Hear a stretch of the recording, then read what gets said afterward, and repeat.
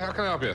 Well, what I've got is a late 1700s tap action over under flintlock 4-barrel pistol. That's a mouthful. Yeah, it was, wasn't it? I came to the pawn shop today to try to sell my 4-barrel pistol. My uncle had it, and then he gave it to my father, who then gave it to me. I really don't know how much the gun is worth, but I'm hoping that they can shed some light for me. It is neat.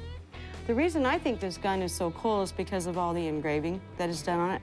On the sides here, it says R. Clark.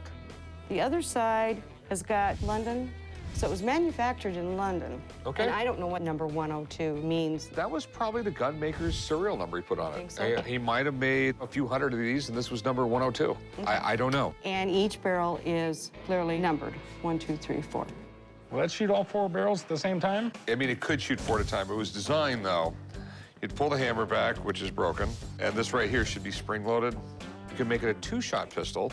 When it's like this, you only have the 2 holes for the barrels exposed. Okay, so when you shoot it, just these top 2 barrels would go off. And then you could clack this back down, turn this, and now there's that extra powder you had hidden away in there. Right. Cock the hammer back and shoot it again. Now the bottom 2 barrels will go off. So it was one of the original multi-shot guns. You actually shoot it twice. I got you. For the 1700s, this was a pretty high-tech gun. But this is some of my problems with it, okay? You're missing the top half of this bolt that would normally hold the flint. Right. And we have, the spring is broken. There's a piece of spring steel that holds that down. It's in rough shape.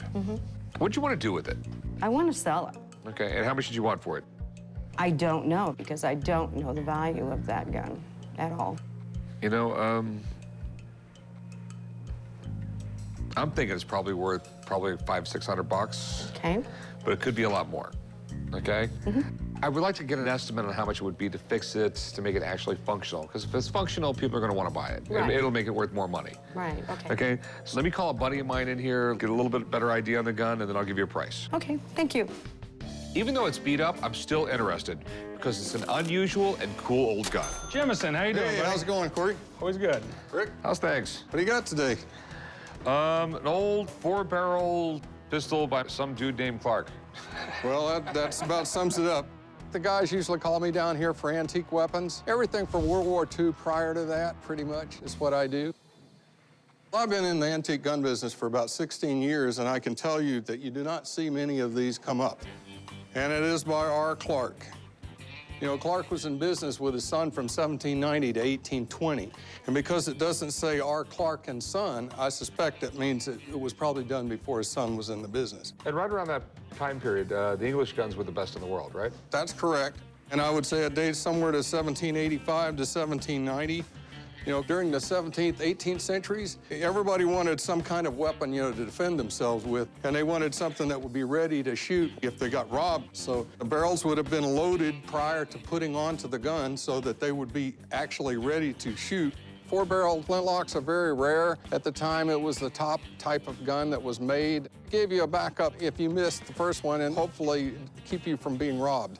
It has the maker's name on the side here, and this side has his address on it, which is 102 Cheapside, London. So that's not a serial. No, that's not a serial number. It's a matter of advertising. You know, if you made a fancy gun or a really nice gun, they would know where to go. Okay. Do you have any idea what that would cost back in 1780? Probably pay 3 or 4 pounds for it back then. Okay. Back then, it was a pound in England was literally a pound of silver.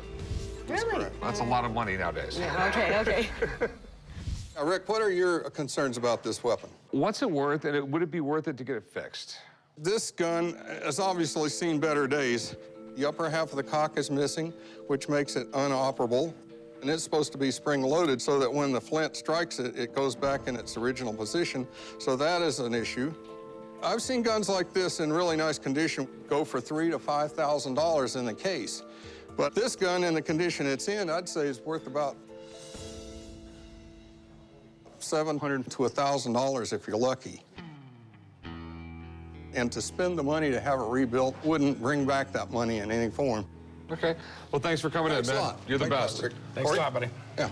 This gun did not have collector condition. There were parts missing, parts replaced, so it's not the kind of gun a collector would pursue. So how much would you be willing to pay for it? Okay, I mean, the problem is it's a non-operable gun. It's just not worth fixing it. It's what I originally thought. I'd give you $500 for it. But it's a pretty gun, though. It's a pretty gun, but it's also pretty beat up, and I mean, it doesn't work. 600? What do you think? How many old English guns have we bought over the years, and how many do we have in the case now? I don't have any right now. I mean, they all sell eventually, right?